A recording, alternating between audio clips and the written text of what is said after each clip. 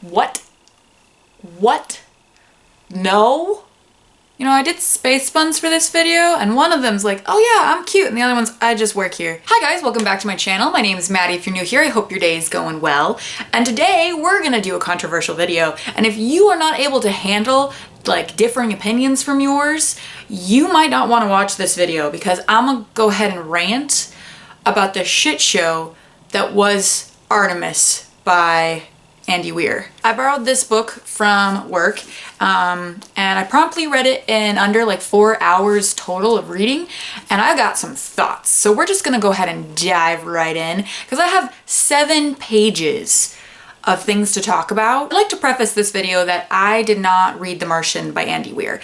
I wasn't interested in the synopsis, and I'm also not someone that's super science oriented, and the big pull with that book was that it's very much science, and I just never got around to reading it, and I don't really plan on it now because, in all honesty, I don't think that I ever want to read anything by Andy Weir again, because his writing is so abysmal that I'd rather chew on rusty nails while listening to Louis C.K. do creepy dad jokes. Yeah, I went there. Let's start from the beginning. I was so fucking stoked for this book. So stoked. It's supposed to be a heist novel on the moon. And if you know anything about me and my channel, you know that Six of Crows by Leigh Bardugo is one of my all-time favorite books. That is a fantasy heist novel with a really diverse cast of characters. That's kind of what Artemis sounded like. It's got a semi-diverse cast of characters. It's set on the moon. There's a heist. I was fucking thrilled, but I was wrong. I was very wrong. I was not anticipating what was about to happen. So this book is about Jazz. She's a porter in the city of Artemis that's, wait for it, on the moon. Shocking, I know, right? But Jazz isn't just a porter. She's also a smuggler, which isn't really clear what she's smuggling, because she just spends a lot of time describing how the city works and how oxygen is really important on the moon, which kind of makes sense because the moon doesn't have oxygen. We get a lot about the science behind how the bubbles around Artemis works, but not really any reason why Jazz is picking up illegal shit to go drop it off with people. Like, no real reason for that. And this is kind of weird because she could definitely get deported back to Earth, where she hasn't been since she was 6, back to Saudi Arabia, where she apparently grew up for the first 6 years. More on that later. The first sign that I wasn't gonna like this book came at page 30. I'm not going to tell you who she's describing, but Jazz describes someone as Hitler's wet dream. Our main character, who is a Saudi Arabian woman, just describes someone as a Hitler wet dream. If your reaction was the same as mine when you heard that, i.e., ugh, then you should probably just click off this video now and don't read this book, because you're not going to enjoy it. If you're like me and when you read that, you're like, oh, it could potentially get better. Maybe that was a slip up. Maybe that was just a little weird. No,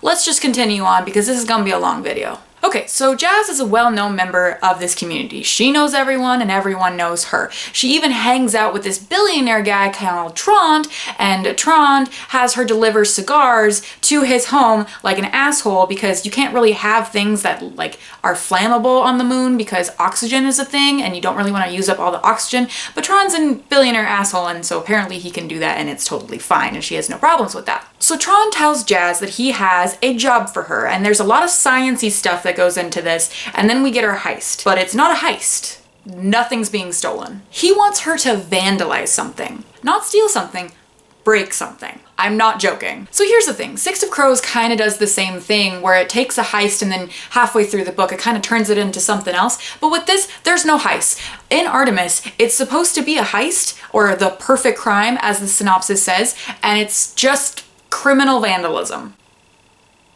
Interestingly enough, that's not what I expected from this book. Even Jazz thinks she can't do it, but when Trond says that he'll give her $1 million moon dollars, she says, yeah, sure, fuck it. You only die once, right? So after that, things get real fucked, because obviously. I won't be going into more plot details anymore, except for some certain situations that I think are going to be important to my review, but I will be going into my extremely negative thoughts about the characters, the world building, and the representation that this book includes.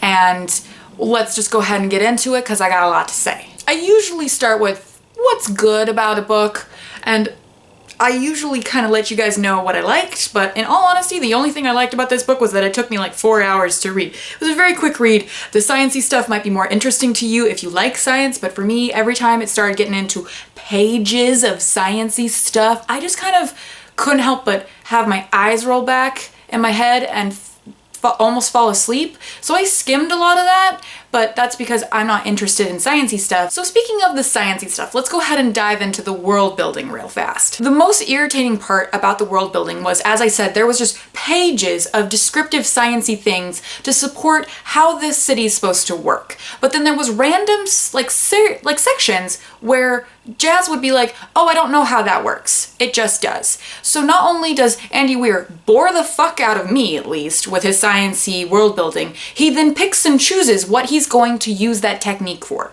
Which irritates me, because if you're going to make a very complicated world, back up everything with complicated science. Don't just pick or choose what gets explained and what doesn't. Really not cool. And then after almost every single sciencey monologue that he had, at the end of it, Jazz would go, hey, did you get it? It's science. Really? It's like a Deadpool breaking the fourth wall joke, but really, really bad. And then also, there's a lot about this book where he's just telling, not showing, and it's just info dump after info dump after info dump, and we're still learning things about the world at the end of the book. And if you don't like that type of writing, you're probably not gonna enjoy this, but at the same time, you might be cool with it. But for me, not my thing at all. Let's now get into the voice of the writing and the writing style. So with Andy Weir, all I know about The Martian is that it's funny science. And for me, I like witty, sarcastic characters, but I almost failed chemistry. So that just, I wasn't into the science part. But when I heard that Artemis was about a sassy Saudi Arabian woman, I was like, okay, sign me the fuck up. I want to find out what's going on. But it would be nice if Jazz actually sounded like a Saudi Arabian woman and not a white guy with no comedic talent. The jokes in this book were really stale, like boobs and poop jokes stale. I lost count of how many boob jokes there were. It got so bad. If this book was about one solitary human on a distant planet using humor to survive their shitty situation, I could probably get in on it, but this ridiculous college frat boy humor was in everyone, including Jazz's really devout Muslim father. No. Just no. So let's move on to Jazz herself. Jazz doesn't talk like a woman to me. She talks the way I think Andy Weir talks. She is also a slut, according to literally everyone that knows her. But get this. In the book, she references only 2 guys that she slept with. We don't get a single booty call. We don't talk about anyone else she slept with, but every single person she talks to calls her a slut. Not fucking kidding you. She doesn't actually have sex in the book at all, but we talk about her having sex all the time, and always in a negative way. And it's really irritating for me to read from a character who's supposedly sex empowered, but then she always looks down on people that have sex. Like the prostitutes on Artemis, she looks down on them with like vengeance, despite the fact that she's kind of known as the town harlot. The closest we get to her even thinking about sex in any detail is on page 30 when she describes someone as a Hitler wet dream. And then the slut shaming and misogyny continue throughout the rest of the book. And also, all the other relevant characters are men. I think there are 1 or 2 other female characters in the book, but they're all in Jazz's way. Or they're such a side character that I kept forgetting that they even existed. And for the majority of the book, she doesn't even talk to these characters. She talks to her guy character counterparts all the goddamn time. I'm pretty sure she discusses a reusable condom with her geeky guy friend more times in this book than she talks with any of the female characters. And I have to say, if you include a discussion of a reusable condom once, that's 1 too many times than it should be, just in general. And it should definitely not outnumber your female characters' interactions with other females. That's mind-blowing to me. let's talk about the representation in this book. As I've mentioned, Jazz is Saudi Arabian, unless you wouldn't know unless there weren't rarely random emails between her and her Earth pen pal that just served as character info dumping. She grew up with her devout Muslim father, but somehow manages to screw up pretending to be a devout Muslim woman when she initiates her plan. Yes, she pretends to be a devout Muslim woman by wearing a niqab and a hijab, and then what she says to her reader, stop pretending you know what a niqab is. Andy, buddy, like, don't patronize your readers about Muslim headgear and then turn around and have your main character, who grew up with a devout Muslim, fuck up pretending to be a devout Muslim.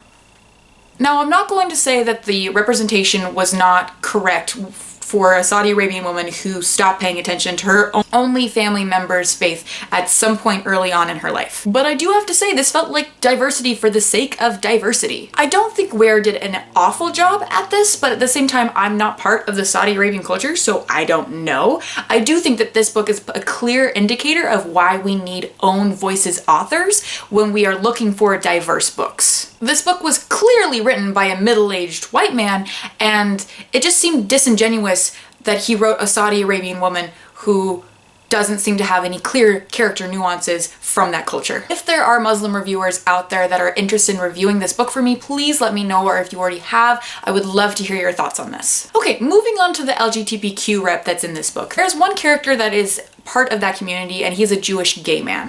He is introduced to the story as an asshole, and then is later revealed to be the man that stole Jazz's second boyfriend from her.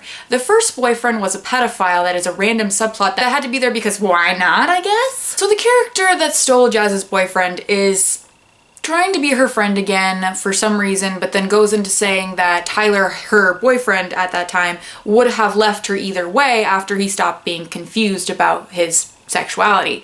And I thought that was a little bit odd, mostly because I thought that there could have been an inclusion of a bisexual character at that point, but then we just didn't do that. We just went with her being mad at the person that stole her boyfriend instead of the person that cheated on her, obviously. And also, we never meet Tyler. He's talked about a lot, but he never actually gets introduced to the story. We hang out with his now boyfriend, and there's a lot of really weird things that go into that. It's also kind of slammed over your head that Dale, this character, is gay. He gets called Arse Bandit and has no problem with it. He even says, listen, assholes, I'm too gay for a cat fight. I didn't feel comfortable with that, but at the same time, if there's any LGBTQ people out there that want to review this book for me, please go ahead and let me know. But for me, I was not impressed with that character whatsoever. There's a few other things that I would like to talk about with this book, one of them being extreme girl hate, and the other one is only seeing your main character through masculine eyes. There were several instances when Jazz was being traditionally girly, like getting a new outfit or a new hairdo, where she was shamed for those things internally by herself and by her male counterparts in the book. There was even a moment where she said, oh, I broke down and cried in his arms, let's pretend that didn't happen. And it's so frustrating to me because that happened after she almost died. So basically, despite the fact that she almost died and she had a traumatic experience, we're still pretending she's a tough girl and she shouldn't have any feminine reactions to things at all. And that's just a weakness, and she's a tough girl, and all of this stuff. And there was so much girl hate in this book that it was just so frustrating. She only had 1 or 2 interactions with other women, and they were all negative, and she's always looking at things in a very masculine gaze, and when she does break down, she's shamed for it. Another part of the masculine gaze that I had a lot of problems with was that we kept being told that she was sexy. Not shown, just fucking told. An example of that is she was wearing her guy friend's shirt, and he walked in and had what was like the equivalent of a brain aneurysm because she was wearing his shirt, and instead of just telling us what she looked like, Jazz looks down at her body and goes, oh, I'm sexy. Bitch, we know! You just stopped a man in the middle of his fucking sentence by just wearing his shirt. We get it. You're sexy. You don't have to tell us. On top of all of that, Yas doesn't have any flaws. She's smart, she's sarcastic, she's witty, she can get any guy she wants as long as they're not gay. She's a criminal with a heart of gold and doesn't really care for the $1 million she's going to make from this job. She honestly makes Kavoth look humanizable to me, which is crazy. Plot also didn't make any sense. A lot of these characters were just kind of thrown together, and then you were supposed to care for the city, which I didn't at all at any point. So at that point, I just kind of rolled with whatever was happening and kind of just skimmed until I got to the end of the book. But overall, I felt like this book was not good. And if you couldn't tell, those were the reasons why. I gave it 1 star. Just so you know, I don't think I've mentioned that yet. By the way, gave this book 1 star, so there you go. All right, guys, that's gonna wrap up this pretty random, rambly rant thing about this book. I hope you guys enjoyed, and if you didn't, I'm sorry, not really, but you know, you can enjoy this, but I really didn't at all, and I thought it would be nice to just do a little bit of a ranty rant here on my channel because I know a lot of you love those types of videos. So I'm gonna go now, guys. Like, subscribe, all the good stuff. Bye!